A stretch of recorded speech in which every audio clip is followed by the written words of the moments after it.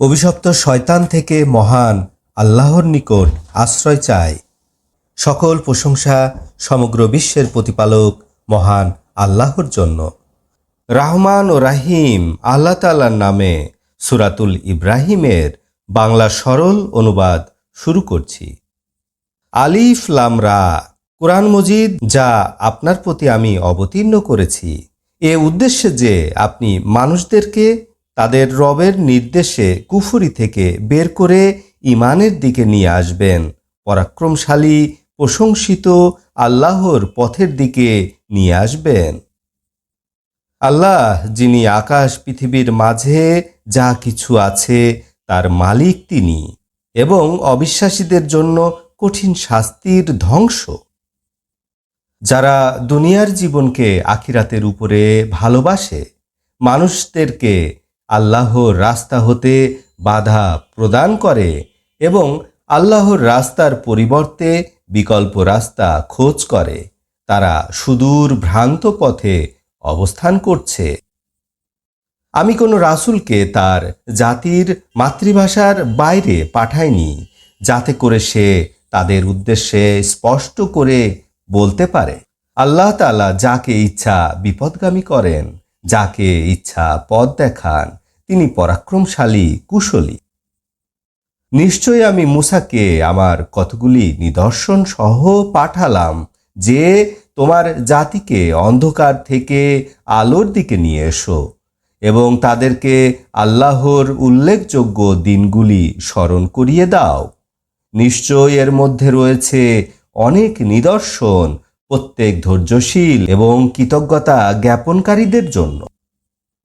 মূসা যখন তার জাতিকে বললেন, তোমাদের প্রতি আল্লাহর নিয়ামতগুলোর কথা স্মরণ করো, যখন তিনি তোমাদেরকে ফেরাউন সম্প্রদায় হতে মুক্তি দিয়েছিলেন, যারা তোমাদেরকে নিকৃষ্ট ধরনের শাস্তি দিত।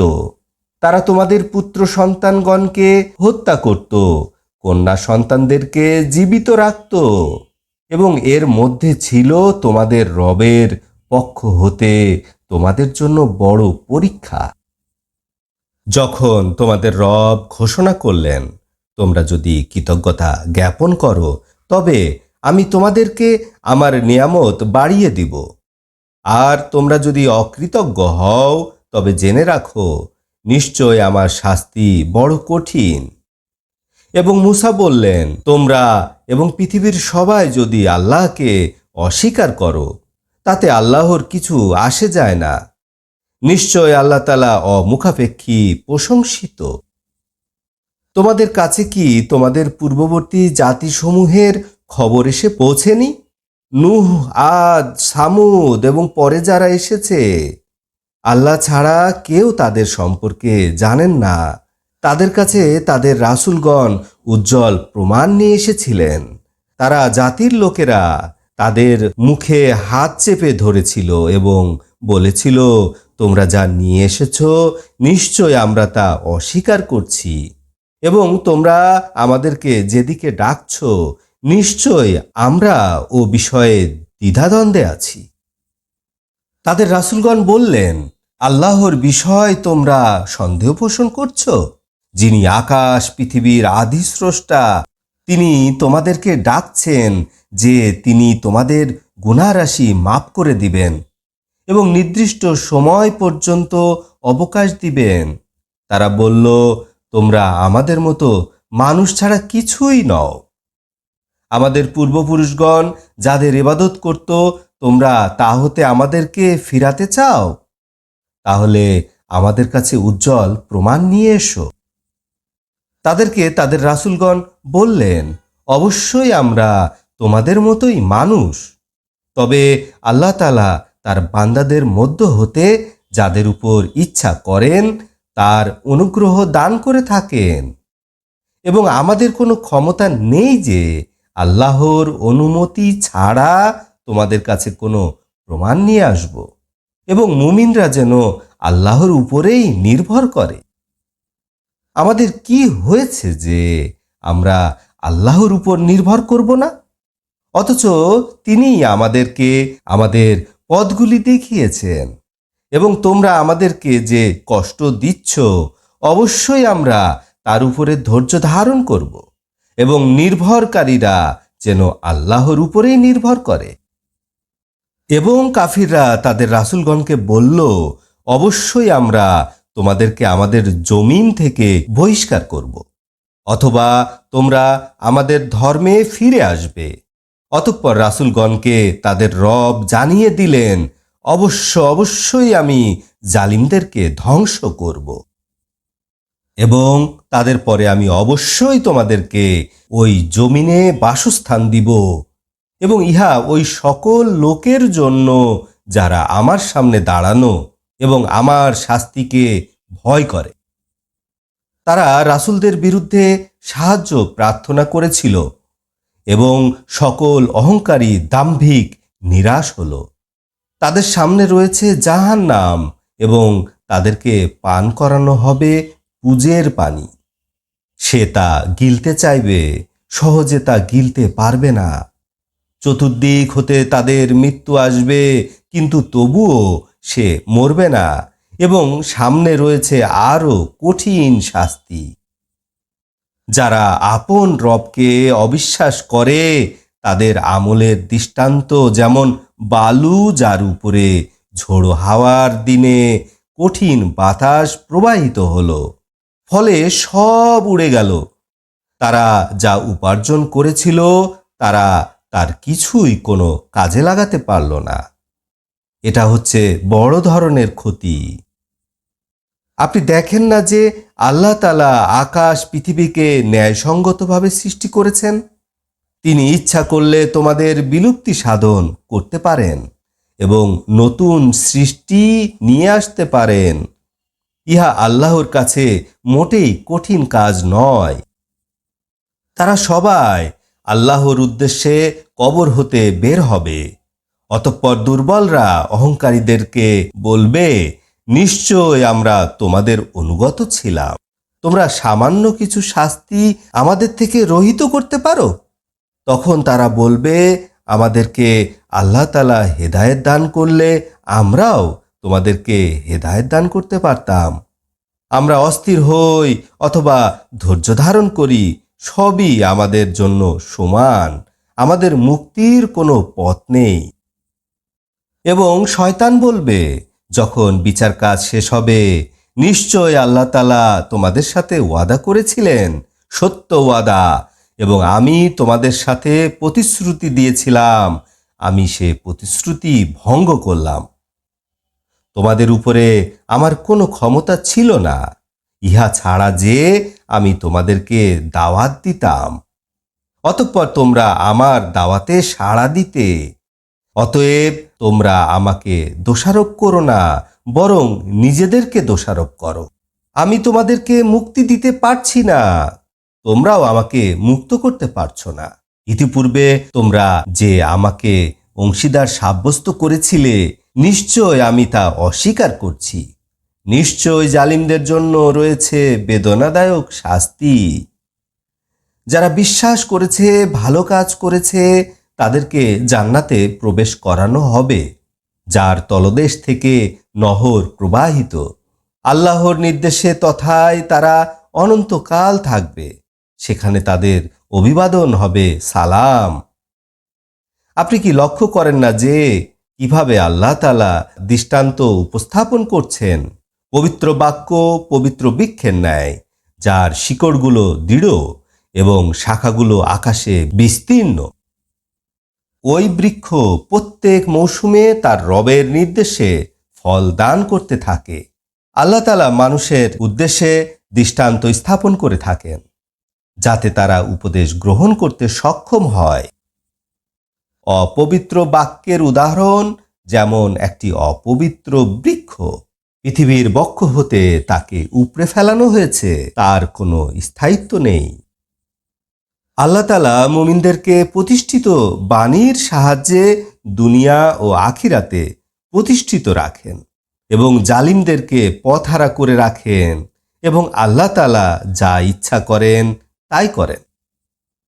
আপনি কি ওদের প্রতি তাকান না, যারা অবিশ্বাস করে আল্লাহর নিয়ামতকে পাল্টিয়ে দিল এবং জাতিকে ধ্বংসের ঘরে প্রবেশ করিয়ে দিল। ধ্বংসের ঘর হচ্ছে জাহান্নাম, উহাতে তারা প্রবেশ করবে। কত নিকৃষ্ট সে ঠিকানা! এবং তারা আল্লাহর সমকক্ষ সাব্যস্ত করে, যাতে করে তারা লোকদেরকে আল্লাহর পথ থেকে ফেরাতে পারে। আপনি বলুন, উপভোগ করো, নিশ্চয় তোমাদের ঠিকানা আগুনের মধ্যে।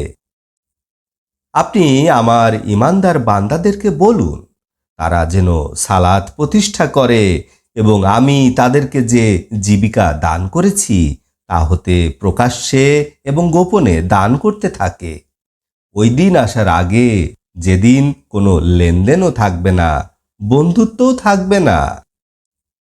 আল্লাহ যিনি আকাশ পৃথিবী সৃষ্টি করেছেন এবং আকাশ হতে পানি বর্ষণ করেন, উহার সাহায্যে নানাবিধ ফল উৎপন্ন করেন তোমাদের খাবার জন্য এবং বশীভূত করে দিয়েছেন তোমাদের জন্য বোঝাই নৌকাগুলি, যাতে করে ওগুলি আল্লাহর আদেশে সমুদ্রে চলাচল করে, এবং নদীগুলিও তোমাদের বশীভূত করে দিয়েছেন। এবং বশীভূত করে দিয়েছেন তোমাদের জন্য সূর্য এবং চন্দ্রকে, যারা অবিরাম চলছে, এবং বশীভূত করে দিয়েছেন তোমাদের জন্য রাত এবং দিনকে। এবং তোমরা যা চেয়েছ তোমাদেরকে তা সবকিছু দান করেছেন। যদি তোমরা আল্লাহর নিয়ামতগুলি গণনা শুরু করো, তবে তা গণনা করে শেষ করতে পারবে না। নিশ্চয় মানুষ অত্যাচারী এবং অকৃতজ্ঞ। স্মরণীয় ঘটনা, যখন ইব্রাহিম বললেন, হে আমার রব, এই শহরকে নিরাপদ ঘোষণা করুন এবং আমাকে এবং আমার সন্তান ইসমাইলকে মূর্তি পুজো হতে দূরে রাখুন। হে আমার রব, নিশ্চয় এই মূর্তিগুলো অনেক মানুষকে বিপদগামী করেছে। অতএব আমাকে যারা অনুকরণ করে, নিশ্চয় তারা আমারই দলভুক্ত, এবং যারা আমার অবাধ্য হয়েছে, নিশ্চয় আপনি ক্ষমাশীল দয়াবান। হে আমাদের রব, আপনার ঘরের কাছে গাছপালাবিহীন প্রান্তরে আমার সন্তানকে বাস করতে দিয়েছি, যাতে তারা সালাত আদায় করতে পারে।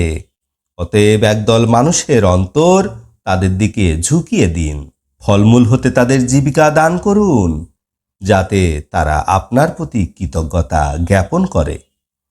হে আমাদের রব, নিশ্চয় আপনি জানেন যা আমরা গোপন করি এবং যা আমরা প্রকাশ করি। আকাশ পৃথিবীর মাঝে কোনো কিছুই আল্লাহর কাছে গোপন থাকে না। সমস্ত প্রশংসা ওই আল্লাহর, যিনি বৃদ্ধ বয়সে আমাকে ইসমাইল ও ইসাহাক নামক দুই সন্তান দান করেছেন। নিশ্চয় আমার রব প্রার্থনা শ্রবণ করেন। হে আমার রব, আপনি আমাকে সালাত প্রতিষ্ঠাকারী বানান এবং আমার সন্তানদের মধ্য হতেও সালাত প্রতিষ্ঠাকারী বানান। হে আমার রব, আমার প্রার্থনা মঞ্জুর করুন। হে আমার রব, আপনি আমাকে ক্ষমা করুন এবং আমার মাতা পিতাকে এবং মুমিনদেরকে, যেদিন হিসাব অনুষ্ঠিত হবে।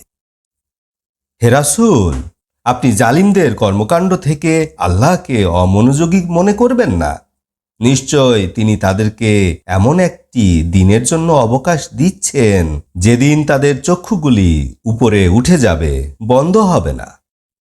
মাথা উঁচু করে দৌড়াতে থাকবে, তাদের চোখ নিজেদেরকে দেখতে পাবে না, তাদের অন্তরগুলি হয়ে পড়বে শূন্য। আপনি মানুষদেরকে ওই দিন থেকে সতর্ক করুন, যেদিন তাদের কাছে শাস্তি এসে যাবে। অতঃপর মুশরিকরা বলবে, হে আমাদের রব, আমাদেরকে সামান্য সময়ের জন্য অবকাশ দিন, আপনার ডাকে আমরা সাড়া দেব, রাসূলদের অনুকরণ করব।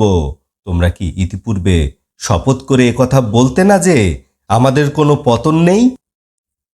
যারা নিজদের উপরে অত্যাচার করেছে, তোমরা তাদের বাসস্থানেই বসবাস করছিলে, এবং আমি তাদের সাথে কি আচরণ করেছি তা তোমাদের কাছে স্পষ্ট ছিল, এবং তোমাদের উদ্দেশ্যে অনেক দৃষ্টান্ত স্থাপন করেছিলাম।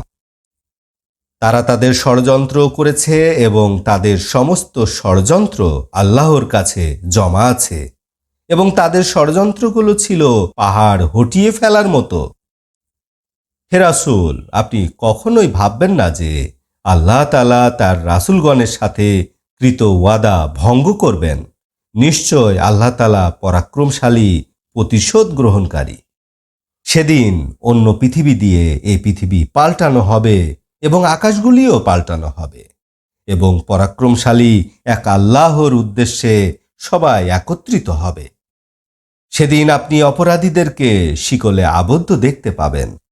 তাদের জামাগুলি হবে আলকাত্রার এবং তাদের চেহারাগুলি আগুনে ঢেকে ফেলবে। সেদিন আল্লাহ তাআলা প্রত্যেকটি মানুষের উপার্জনের বিনিময় দান করবেন। নিশ্চয় আল্লাহ তাআলা দ্রুত হিসাব গ্রহণ করবেন। এই কুরআন মানুষের জন্য প্রচার। উহা দ্বারা মানুষদেরকে সতর্ক করা হবে এবং মানুষেরা জেনে নিবে নিশ্চয় আল্লাহ এক এবং জ্ঞানীরা উপদেশ গ্রহণ করবে। আলহামদুলিল্লাহ রাব্বিল আলামিন।